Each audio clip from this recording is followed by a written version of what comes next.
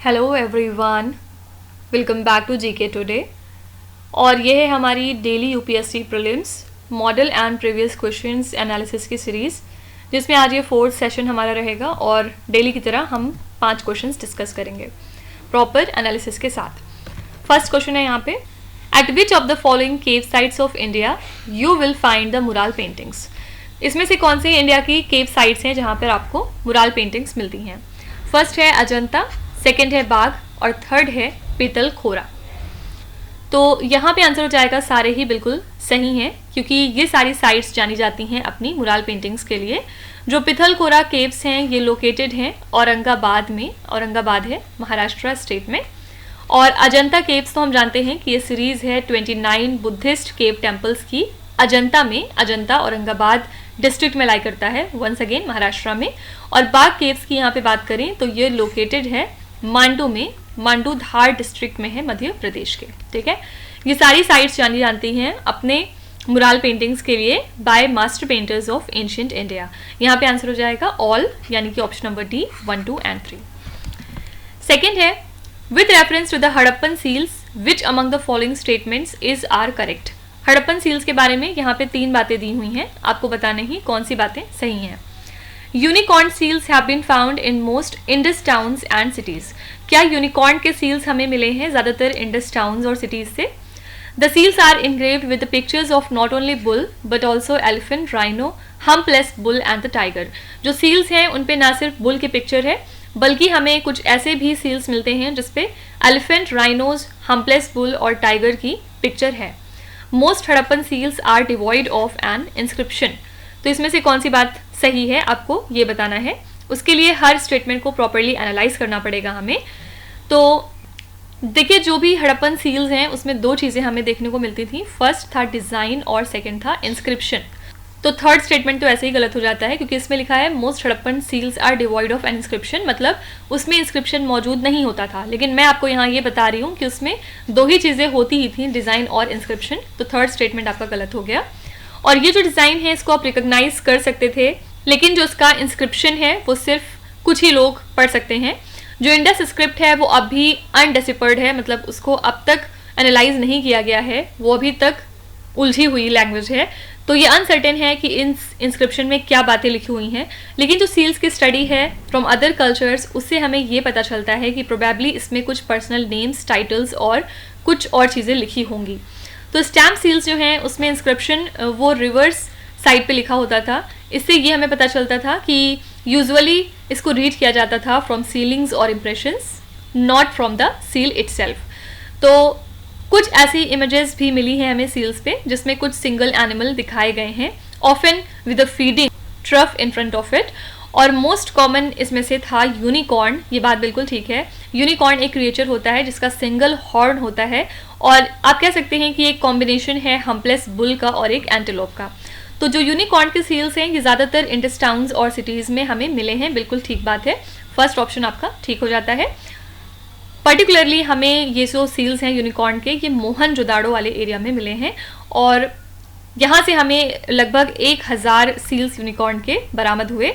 50 seals ऐसे हैं जिसमें आप जेबू बुल को देख सकते हैं, और ये कन्फाइंड है मोहनजोदाड़ो एंड हड़प्पा की साइट्स में। कुछ ऐसे भी हैं जो कालीबंगन में भी हमें मिले हैं। तो कुछ और एनिमल्स जो सील पे मौजूद हैं वो एलिफेंट हैं, राइनोज हैं, हम्पलेस बुल हैं। इसके अलावा टाइगर भी हमें मिला है, वाटर बुफेलोज मिले हैं, और शीप की फ़ोटो मिली है, गोट है। और ये सारे के सारे वाइल्ड क्रिएचर्स होते थे जो नेटिव थे इंडस रीजन में। और बहुत ही कम नंबर ऐसा है सील्स का जिसमें हमें सीन्स मिलती हैं रादर दैन इंडिविजुअल एनिमल। ठीक है, तो ये जो सील्स हैं ये जनरली लार्जर थे दैन द एवरेज, और इसका कुछ डेफिनेटली एक स्पेशल सिग्निफिकेंस रहा होगा। तो डिपिक्शन एनिमल्स की स्टैंडर्डाइज थी, लेकिन स्मॉल डिफरेंसेस हमें मिले हैं इनकी डिटेल और थीम में। ठीक है, तो यहाँ पे सिर्फ थर्ड वाले ऑप्शन को छोड़ के बाकी दोनों जो हैं वो बिल्कुल ठीक हैं। तो ओनली 1 and 2 इसका आंसर हो जाएगा। Which among the following was not one of the salient features of Poona pact. अगर आपने पूना पैक्ट पढ़ा है तो यहाँ पे 4 ऑप्शन दिए हुए हैं, आपको बताना है इसमें से कौन सा ठीक है। Reservation in provincial legislatures in favour of the depressed classes. तो ये बिल्कुल फीचर था पूना पैक्ट का। रिजर्वेशन था इसमें प्रोविंशियल लेजिस्लेचर्स के लिए in favour of the depressed classes. Second है 18% reservation for depressed classes in the central legislature. ये भी बात इसमें रखी गई थी कि सेंट्रल लेजिस्लेचर में डिप्रेस्ड क्लासेस के लिए 18% का रिजर्वेशन रहेगा। थर्ड है education grant for the depressed classes. Depressed classes के लिए एजुकेशन ग्रांट है, ये भी ठीक है।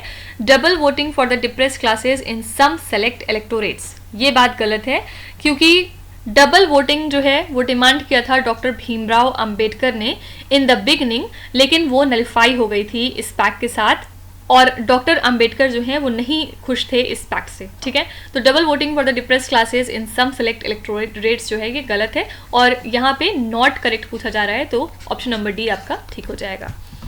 Consider the following statements about Indian National army. Indian National army के बारे में 2 स्टेटमेंट यहाँ पे लिखा है, हमें बताना है कौन सा सही है। The army was first formed in 1942 under Mohan Singh, तो ये बात बिल्कुल सही है, क्योंकि इंडियन नेशनल आर्मी फॉर्म हुई थी 1942 में बाय मोहन सिंह, जो कि एक ऑफिसर थे ब्रिटिश इंडियन आर्मी में, और इनको कैप्चर कर लिया था जापानीज ने during the Malayan campaign in the world war 2। उसके बाद इन्होंने कोलैबोरेट किया था जापानीज के साथ, और इनका एक सिग्निफिकेंट रोल है in the initial formation of Indian National army, ये बात बिल्कुल ठीक है। It drew ex-prisoners and thousands of civilian volunteers from the Indian expatriate population in Malaya and Burma. देखिए इंडियन नेशनल आर्मी जो है इसने एक्स प्रिजनर्स और बहुत सारे सिविलियन वॉलंटियर्स को ड्रू किया था from the Indian expatriate population, जो कि मलाया और बर्मा में रहते हैं। मलाया प्रेजेंट डे मलेशिया को बोलते हैं, और बर्मा जो है ये प्रेजेंट डे का म्यांमार है, ठीक है। तो ये जो इंडिविजुअल्स होते हैं ये बाद में जाके इंडियन नेशनल आर्मी को ज्वाइन करते हैं, जिसका गोल होता है to fight against the British colonial rule in India, और इस बिलीफ के साथ कि इंडिया को हम इंडिपेंडेंस दिला सकते हैं, ठीक है। तो यहाँ पे दोनों बातें बिल्कुल ठीक है, आंसर हो जाएगा option number C, both 1 and 2। देखिए इंडियन नेशनल आर्मी की जो हिस्ट्री है वो काफ़ी ज़्यादा कॉम्प्लेक्स है, और वो बहुत सारे लीडर्स के साथ एसोसिएटेड है, लाइक सुभाष चंद्र बोस, बाद में जिन्होंने लीडरशिप ले ली थी इस ऑर्गेनाइजेशन की, और फिर एक इंपॉर्टेंट रोल प्ले किया था in the Indian independence movement, ठीक है। तो यहाँ पे बिल्कुल ठीक है दोनों option. Which of the following animals were known to people of Indus valley civilisation. इसमें से कौन कौन से जानवर हैं जो इंडस वैली सिविलाइजेशन के लोग जानते थे। तो फर्स्ट है एलिफेंट, सेकंड है राइनोसोरस, थर्ड है टाइगर, और फोर्थ है डॉग। यहाँ पे सारे ही एनिमल्स जो हैं वो इंडस वैली सिविलाइजेशन के लोग जानते थे, और मॉडर्न इंडस रीजन में ये सारे के सारे एनिमल्स एक्सटिंक्ट हो गए थे, और एलिफेंट जो है वो बहुत ज़्यादा वैल्यूएबल माने जाते थे इनकी आइवरी में। राइनोसोरस मार्शेस में रहते थे, और क्योंकि वो टाउन से बहुत ज़्यादा दूर नहीं था इसलिए इनको ये मालूम था, और डॉग्स को तो डोमेस्टिकेट किया जाता था इसलिए ये इंपॉर्टेंट है। और जो भी सील्स हमें मिली हैं ड्यूरिंग द एक्सकवेशन, उसमें हमें बहुत सारे एनिमल्स दिखते हैं, लाइक काऊ, मंकी, इसके अलावा पैरट्स, फिर टाइगर। तो इससे हमें ये पता चलता है कि ये सारे के सारे जानवर जो हैं वो इंडस वैली सिविलाइजेशन के लिए नोन थे, ठीक है। तो कल फिर हम अगले नेक्स्ट 5 क्वेश्चंस करेंगे। Till then stay tuned. Thank you so much for watching, and please do not forget to subscribe to GK Today. With this, me Nuzhat Sana signing off.